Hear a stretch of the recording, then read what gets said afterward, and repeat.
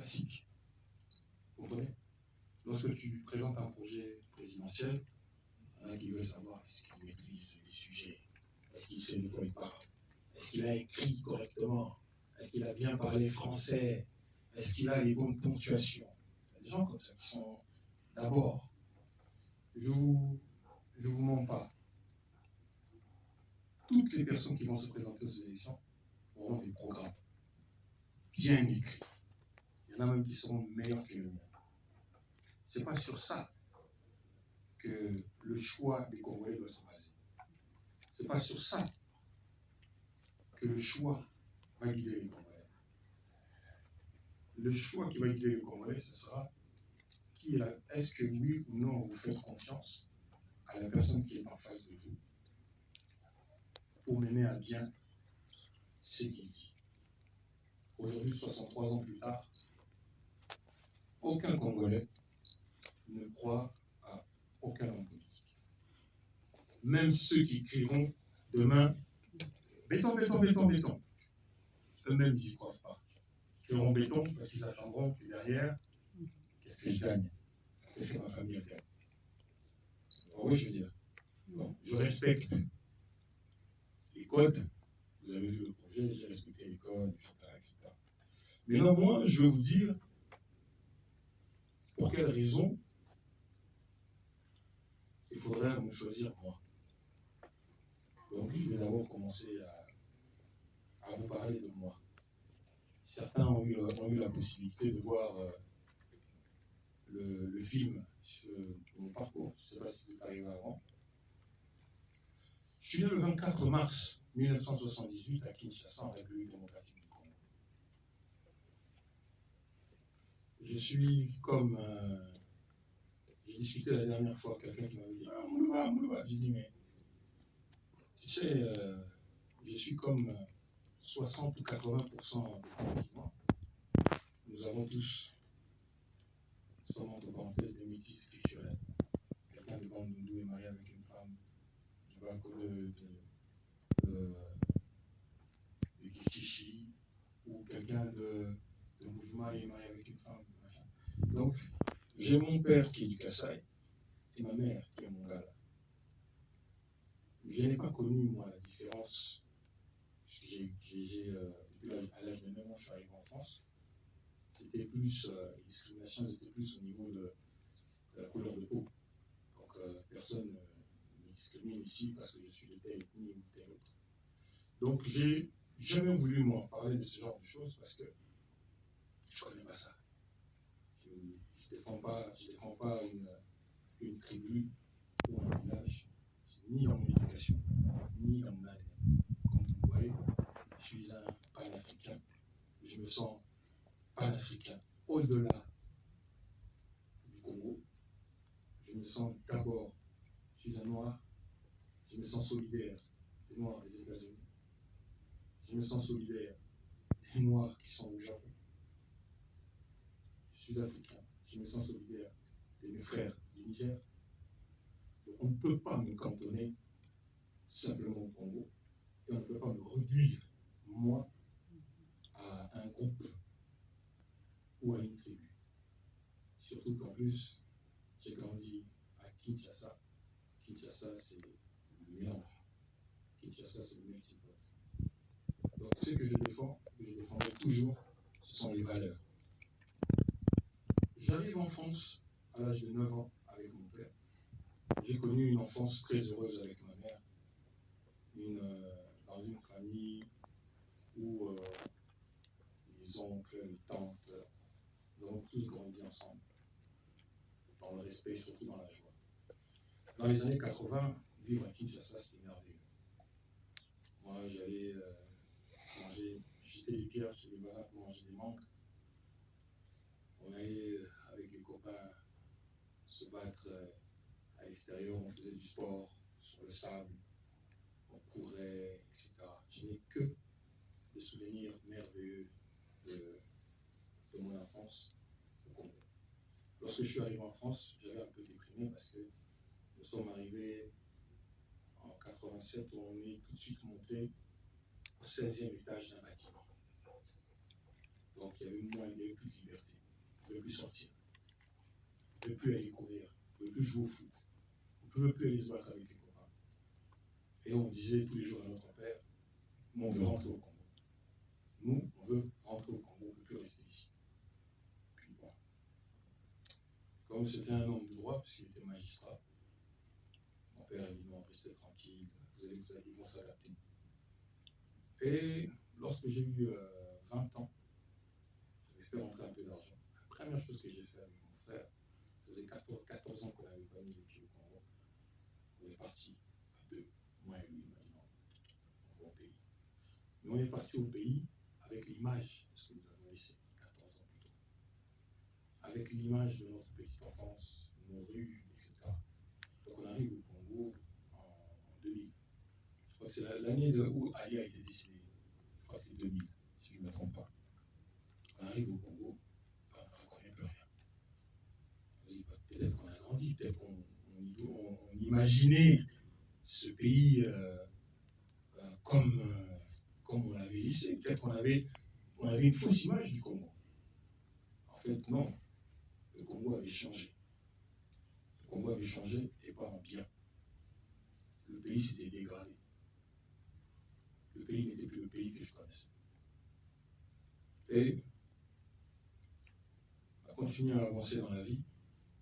Bon, comme je vivais en France, il est arrivé très rapidement, lorsqu'on avait des discriminations et autres par rapport à notre couleur de peau, de m'engager. Je suis un citoyen engagé.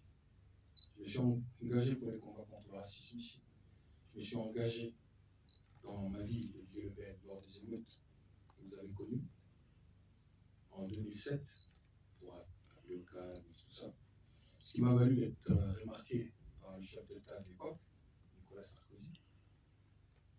On m'a invité à la télé, j'ai pu m'exprimer, défendre, parler au nom des gens du quartier avec lesquels je vivais et être un porte-voix pour les sans-voix. Mais bien avant ça, quand je militais contre les racistes, j'avais même fait partie d'un mouvement qu'on appelait des chasseurs d'esquimètres, qu'on appelait les Black Dragons. Je suis fier, je suis vraiment fier, parce que casser la gueule, donc c'était une très bonne chose. C'est ce que je veux dire. Si on regarde bien, les Black Dragons aux combattants, pour moi c'était une suite, juste une suite logique. Entre-temps, j'ai aussi été un élève en même temps que mon frère, que je salue ce soir, Kémy Seba, de l'école de l'honorable Louis Farrakhan, de la Nation of Islam. À l'époque, la personne qui était mon guide, qui était mon enseignant, qui s'appelait Karim Diallo. Donc j'ai beaucoup appris sur la condition des Noirs, sur l'histoire des Noirs, etc. Dans ces temps-là, c'est vraiment ça qui a forgé mon idéologie en tant que militant. Et lorsqu'est venu l'appel du Congo, l'une des choses qui m'a le plus révolté, effectivement, je savais qu'il y avait des viols, il y avait des machins, mais je trouvais que c'était loin. Et je trouvais que les Congolais n'écoutaient pas, n'étaient pas réceptifs. La mort de Armand Tungulu, un Congolais qui est parti au Congo pour le sport et qui a été révolté de voir comment les Congolais se courbaient les chines face à Kabila, qui a balancé une pierre. Des militants cherchaient à l'arrêter, il en a tabassé quelques-uns, mais finalement ils l'ont maîtrisé et ils l'ont abattu quelques jours plus tard. Toute la diaspora mondiale, Paris, Londres, tout le monde s'est levé. C'est à partir de là qu'il y a eu un sursaut. Tous les mouvements qui existaient déjà se sont pour la première fois mis autour de la table pour créer ce mouvement qui existait déjà à Londres. En tout cas, à Paris, ça ne commençait pas. Mais en tout cas, ça a vraiment pris de l'ampleur quand Paris est rentré dans le jeu. Et ensuite, soutenu par la Belgique et autres. Et nous avons commencé à poser un certain nombre d'actions, comme le blocage des concerts et autres. Ce qui a permis une certaine conscientisation. Moi, je me souviens d'avoir été au siège de l'Union européenne, au Parlement européen. Et c'était la première fois que je rencontrais Mukwege. Lorsque je suis au Parlement européen, je vois l'ambassadeur de la République démocratique du Congo qui veut prendre la parole pour s'exprimer. Les vidéos, vous pouvez les trouver sur Internet. On s'est levé. On a dit non, on ne le laissera pas parler. Tu ne peux pas parler au nom du Congo. On viole les femmes, tout ça. Au départ, les parlementaires, ils étaient, parce que ça ne s'est jamais fait là, à l'intérieur du Parlement. Tout le monde est très poli, tout le monde est très sérieux. On voit maintenant des Congolais, c'est quand même le Parlement européen, c'est pas le Parlement congolais, qui se lèvent, qui crient, qui empêchent son ambassadeur de parler et tout. Au début, ils ont envoyé des vigiles. On avait été très critiqués, hein, parce que mon collègue était là, et on nous a dit non, comment vous pouvez faire ça? Vous ne voyez pas que les gens sont en train de nous aider en faisant une action comme ça, vous allez à l'encontre du projet, etc. Alors, je suis quand même content aujourd'hui d'entendre mon collègue dire que c'est bien, le prix Nobel de la paix, c'est bien, tout ça, c'est bien, mais il n'y a rien de concret. L'Occident me caresse dans le sens du poil, mais on tue toujours chez moi, on viole toujours chez moi, et je soigne toujours les femmes violées. Donc peut-être qu'à l'époque, lorsqu'on avait crié dans ce Parlement, si on avait été soutenu, ou s'il y avait déjà eu cette position radicale, peut-être, je dis bien peut-être, que les choses auraient bougé. Parce qu'à un moment donné, la sécurité arrive sur nous pour nous sortir, et là on commence à parler. Là on parle, on a un discours, on commence à dire les femmes sont violées, millions de morts, etc. Ça suffit. Puis il y a une dame qui arrive qui dit c'est vrai, expliquez-moi un peu. C'est les parlementaires, laissez-les parler. Et puis petit à petit dans la salle, on a commencé à avoir des sympathisants. On a eu un grec qui nous a donné sa carte de visite, on a eu une polonaise, on a eu deux français, on a eu un belge, etc., etc. Et là on a commencé à avoir des cartes de visite, des gens qui nous ont dit non, mais on entend votre discours, il faut que vous vous exprimiez. Ils nous ont laissé parler. On a été jusqu'au bout. Et après on est sorti. Donc, mon engagement a toujours été celui-là. Je me suis toujours engagé pour ces causes. Je me suis toujours engagé pour l'autre. Parce que dans l'autre, je me vois. Et j'ai toujours été très mal à l'aise d'être dans un endroit où on voit l'injustice, mais qu'on ne fasse rien. Je ne suis pas le style de gars qui peut s'asseoir dans un bus ou dans un train, qui va garder les mains dans ses poches pendant qu'on va violer une femme, par exemple. C'est quelque chose qui ne peut pas se passer. Je prendrais peut-être le risque de me faire tuer, mais certains me diront, mais tu vas mourir pour un inconnu. Je ne mourrai pas pour un inconnu. Je mourrai pour un idéal. L'idéal, c'est quoi? C'est la justice.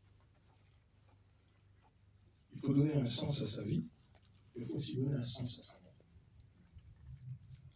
Si on doit mourir un jour, il faut que ça ait au moins un sens. Mamadou Ndala a donné un sens à sa mort. Aujourd'hui, chaque Congolais, où qu'il